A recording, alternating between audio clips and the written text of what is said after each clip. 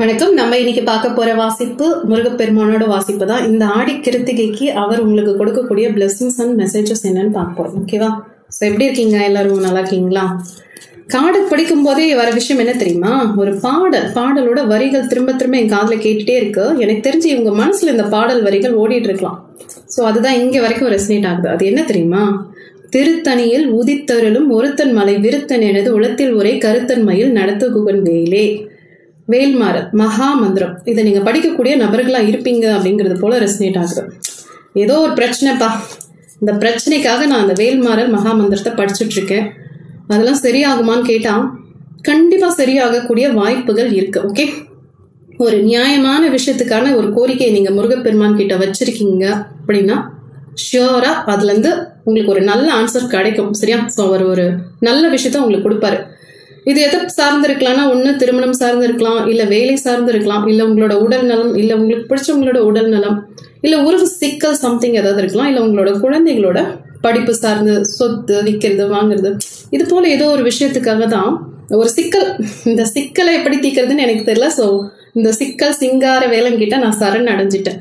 தீருமான்னு கேட்டா தீர்றதுக்கான வாய்ப்புகள் நிறைய இருக்கு. சரியா? ஸோ கவலைப்படாதீங்க. உங்களுக்கான விடுதலை இன்னும் கூடிய சீக்கிரத்துல. ஏதோ ஒரு பிரச்சனை சிக்கல்ல இருக்கீங்கன்னு சொன்னேன் இல்லையா? கண்டிப்பா அதுல இருந்து நீங்க விடுதலை ஆயிடுவீங்க. இன்னும் சில பேர் 369 டெஸ்லா நம்பர், அதுல மேனிஃபெஸ்டேஷன் பண்ணக்கூடிய நபர்களா இருப்பீங்க. அஃபர்மேஷனுக்காக நீங்க அதை யூஸ் பண்ணிட்டு இருப்பீங்க. 369 அது யூஸ் பண்ணிட்டு இருக்கீங்க அப்படின்னா தொடர்ந்து யூஸ் பண்ணுங்க. கூடிய சீக்கிரத்துல இந்த பிரச்சனைன்னு ஒண்ணு இருக்கு இல்லையா, அதெல்லாம் இருந்த இடம் காணாம போகும். ஆனா இன்னும் சில பேர் இந்த கார்டு படிக்கும்போது ரெசனேட் ஆகுற விஷயம், நான் ரொம்ப நாளா முயற்சிக்கிறேன், இல்ல ரொம்ப நாளா வேல்மாறல் படிச்சுட்டு இருக்கேன், இன்னும் அந்த விஷயத்துல இருந்து ஒண்ணுமே முன்னேற்றமே இல்லை அப்படின்ற மாதிரி இருக்கலாம். பட் இங்க கார்டு படிக்கும்போது வர விஷயங்கள் என்ன தெரியுமா? சில நேரங்கள்ல நமக்கு சில விஷயங்கள் சீக்கிரமா கிடைச்சிட்டா நம்மளுக்கு அதோட அருமை தெரியாது. சரியா? சீக்கிரம் கிடைக்கிற விஷயங்கள் சீக்கிரமாவே போகிறதுக்கும் வாய்ப்புகள் இருக்கு. ஸோ ஒரு விஷயம் நம்மளுக்கு கஷ்டப்பட்டு கிடைக்குதுன்னா அது என்னைக்குமே நிலைச்சிருக்கும். சரியா? ஸோ உங்க கடவுள் கொடுக்குற விஷயம், உங்களோட முருகர் உங்களுக்கு கொடுக்குற விஷயம் என்னன்னா, கண்டிப்பா உனக்கு நன்மை தரக்கூடிய விஷயத்த தான் நான் நடத்துவேன். அது ஒண்ணு நோக்கி வரும். ஸோ முழுமையா நம்புங்க. முருகப்பெருமான் கிட்ட சரண் அடைஞ்சிட்டீங்கன்னா உங்களோட ஐயன் உங்களுக்கு கொடுக்காம யாருக்கு கொடுக்க போறாரு? சரியா? உங்களோட ஆசைகளுக்கு பின்னாடி இருக்கிற ஏதாவது நம்ம ஆசைப்படுவோம், பட் அந்த ஆசைக்கு பின்னாடி ஏதாவது ஒரு ஆபத்து நம்மளுக்கு ஏதாவது ஒளிஞ்சிட்டு இருக்கலாம், நமக்கு தெரியாது. நம்ம வெளிப்புறமா பார்த்துட்டு சில விஷயங்களுக்கு ஆசைப்பட்டுட்டே இருப்போம். ஸோ சில விஷயங்கள் உங்களுக்கு வருது அப்படின்னா அது கண்டிப்பா அவர் ஃபில்டர் பண்ணி நன்மை தரக்கூடிய விஷயங்களாக மட்டும்தான் அவர் அனுமதிப்பாரு. ஸோ உங்களுக்கு எது நல்லதோ அவர் கண்டிப்பா கொடுப்பார். சரியா? ஸோ நம்பிக்கை வண்டி விட்டுறாதீங்க. ஓகே, சூப்பரா இருக்கு. இன்னும் சில பேர் ரொம்ப நல்ல விஷயங்களை உங்க வாழ்க்கையில கொண்டு வந்திருக்கீங்க. அது உங்களுக்கே தெரியுதா இல்லையான்னு எனக்கு தெரியல, பட் நான் சொல்றேன் பாருங்க. சில பேர் நம்மளை கஷ்டப்படுத்திட்டே இருந்திருப்பாங்க, ஆனா அதை நம்ம நிறைய நாள் சகிச்சுட்டு இருந்திருப்போம். ஆனா இந்த ரீடிங் நீங்க இப்ப பாக்குறீங்கல்ல, இந்த கஷ்டம் படுத்துறாங்க அப்படின்னு உங்களுக்கு ஒரு புரிதல் வந்த பிறகு அவங்களையெல்லாம் உங்க வாழ்க்கையில இருந்து நீங்க விலக்கி வைக்க ஆரம்பிச்சிருப்பீங்க. அதே போல உங்க வாழ்க்கையில சில பிரச்சனைகள் தீர்க்க முடியாத விஷயங்கள்லாம் இருந்திருக்கும். அதெல்லாம் இது வரைக்கும் நான் தீர்த்துருவேன், நான் செஞ்சிருவேன் அப்படின்னு கண்ட்ரோல் பண்ண பார்த்துருப்பீங்க. இப்பதான் உங்களுக்கு ஒரு புரிதல் வந்திருக்கு.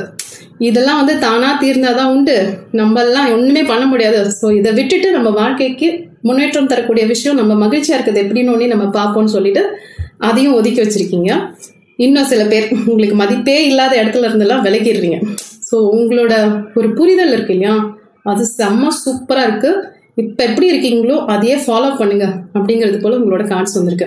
இன்னும் சில பேர் அதை விட அட்வான்ஸா போய் உங்களோட ஆன்மா, உங்களோட உள் உணர்வு காயப்படக்கூடிய விஷயங்கள், அப்புறம் அது அழுக்காகும்னு சொல்லுவாங்க இல்லையா, சில விஷயங்கள் சில நமக்கே தெரியும் இதெல்லாம் ரொம்ப தவறான விஷயங்கள், இது நம்மள ஈடுபடக்கூடாது அப்படின்ட்டு அதுல இருந்தெல்லாம் கூட ஒதுங்கி இருக்க ஆரம்பிச்சிட்டீங்க. இன்னும் சில பேர் மட்டும் அதுல தொட்டுக்கோ தொடச்சுக்கோன்னு எதையாவது பிடிச்சிட்டு இருக்கலாம். பட் பல பேர் இந்த கார்டு படிக்கும்போது நிறைய விஷயங்கள் வருது. பல பேர் தீமை தரக்கூடிய எந்த விஷயத்தையும் நான் செய்ய மாட்டேன் அப்படின்னு முழுமையா இந்த கிளீனா வச்சுக்கிறதுன்னு சொல்லுவாங்க இல்லையா, அது போல ரொம்ப பரிசுத்தமா இருக்க ஆரம்பிச்சுட்டீங்க. ஸோ சூப்பரா இருக்கு. இவ்வளவு நல்ல முன்னேற்றம் இருக்குல்ல, அப்புறம் எதுக்கு டென்ஷன்? ஸோ முருகப்பெருமான் கொடுக்குற விஷயங்கள் சந்தோஷமா இருங்க, மகிழ்ச்சியா இருங்க. வேலை வாய்ப்புக்காக நீங்க முயற்சி பண்ணிட்டு இருக்கீங்க, இல்ல இன்க்ரிமெண்ட்டுக்காக வெயிட் பண்ணிட்டு இருக்கீங்க, இல்ல ஏதோ ஒரு நன்மை தரக்கூடிய ஒரு விஷயத்துக்காக வெயிட் பண்ணிட்டு இருக்கீங்கன்னா கண்டிப்பா அது உங்களுக்கு கைக்கு வந்துடும். சரியா? ஸோ இந்த வந்துட்டே இருக்கு, ஆன் தி வேல இருக்கு அப்படிங்கிற ஒரு விஷயத்த நினைச்சு கவலைப்படாதீங்க, அது கண்டிப்பா வந்துடும். ஸோ இப்ப இருக்கிற இந்த தருணத்தை மகிழ்ச்சியா இருங்க, கொண்டாடுங்க, சந்தோஷமா இருங்க. ஃபேமிலி கூட சந்தோஷமா இருங்க. இல்ல உங்க வீட்டுல டாகி டான்ஸ் இருந்தான்னா அவங்க கூட சந்தோஷமா இருங்க. பைரவர் வழிபாடு செய்யக்கூடிய நபர்களா இருந்தா கண்டிப்பா அஷ்டமி நீங்க பைரவர் வழிபாடு செய்யுங்க.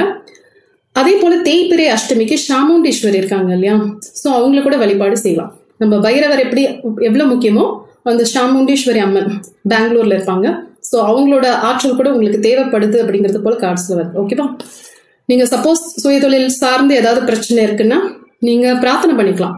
அட்லீஸ்ட் அவங்களோட புகைப்படம் இருக்கும் இல்லையா, அதை வச்சாவது பிரார்த்தனை பண்ணிக்கோங்க. இல்ல அந்த அம்பால நினைச்சு உங்க வீட்டுல ஒரு 2 அகல் விளக்கு ஏற்றி வச்சு சாமுண்டீஸ்வரி அம்மா இந்த அஷ்டமி தேய்பிரை அஷ்டமி அப்போ நீங்க வழிபட்டீங்கன்னா சிறப்பா இருக்கு, சான்சஸ் நிறைய இருக்கு.